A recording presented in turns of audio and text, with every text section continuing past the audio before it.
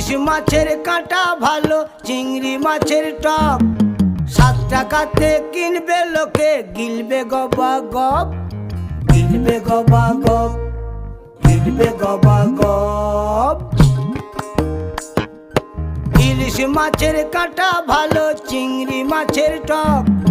7 টাকাতে কিনবে লোকে, গিলবে গবা গপ, গিলবে গবা গপ, গিলবে গবা গপ। ও তোর কচি পোনা,